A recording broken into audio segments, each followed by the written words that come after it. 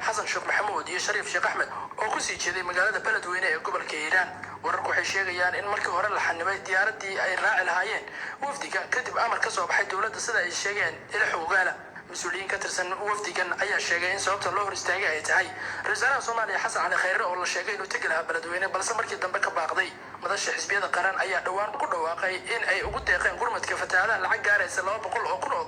$1 إسلام كان مجعبة ودي قرمة كفتة هذا بلدوينه dhinaca kale rajada Soomaaliya Xasan Cali Khayre oo qorsho ahaa inuu tago magaalada Beledweyne ayaa safarkiisa ka baaqday inuu ku dhow xafiiska ra'iisul wasaaraha ayaana saxaafadda u xaqiijiyay in wafdiga uu raaco ahaa ra'iisul wasaaraha oo isugu jira xubno ka tirsan xafiiskiisa iyo ciidamo oo ku sugnaa garoonka diyaaradaha lagu wargeliyay inay dib ugu laabtaan maadaama ra'iisul wasaaruhu uu baaqday xubin ka tirsan xafiiska ra'iisul wasaaraha uu xaqiijiyay in safarkooda uu dib dhacay kadib markii lagu soo wargeliyay in roobab ay ka da'een garoonka diyaaradaha Beledweyne ayna adag tahay inay diyaaraddu halkaasi ka degto dhinaca kale wafdigii madasha xisbiyada qaran ee ay hogaaminayeen madaxweynihii hore ee Soomaaliya Shariif Sheekh Axmed iyo Xasan Sheekh Maxamuud ayaa iyagana la sheegay in daqiiqada kadib loo fasaxay inay tagaan ama tagi karaan magaalada Beledweyne waxayna ku eedeeyeen maamulka garoonku inuu ku wargeliyay inaysan markii hore ka dhoofi karin garoonka laakiin markii dambe wada hadallo kadib waxa la xaqiijiyay in wafdigu ay dhoofeen xildhibaan Cabdisaaq Cumar Maxamed oo la hadlay idaacadda Dalsan oo ku taalla magaalada Muqdisho ayaa u sheegay in wafdiga ay hogaaminayeen madaxweynayaashii hore ee dalka lagu wargeliyay in diyaaradda Beledweyne u qaadi lahayd loo diiday inay ka doosho garoonka waxaana xilligii la xanimay uu u sheegay idaacaddaasi sida tan halkan joognaa waa inaan safarnay ahayd inaan qaadno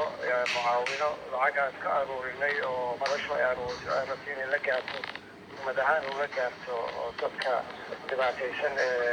biyaha ay soo barakiciyeen ayaan u soconay waxaana lagu wargeliyeen diyaaradii aan saarnayn inay ka bixi karin waa garta markaa sababta la idinkugu sheegayo in diyaaradiinu aanay Beledweyne u duuli karin maxay tahay والله ده واحد سفر يسري وزارها الربيع وسافروا إذا كيس سنة واجوا جن ساكن مركا إنه سافروا الربيع ما كانت هنا تاعي ما دام أنا سفر أيوة مدعينا هي ما سفر كرانة تاعين كذا ما كان لكن هذا إذا كيس وين نقدم واضحين وكم نقدم على بوركا مركا ما كان كنا سبب له لكن سبب يعني والله شيء ما يجرى إلا حلوانا dadku waxa is weydiinayaan maadaama ra'iisul wasaaruhu uu safray adinkuna aad safrayseen in protocol ahaan ra'iisul wasaaruhu idinka hormaro si garoonku aanay saxmad u noqon miya mise cilad kale ayaa jirta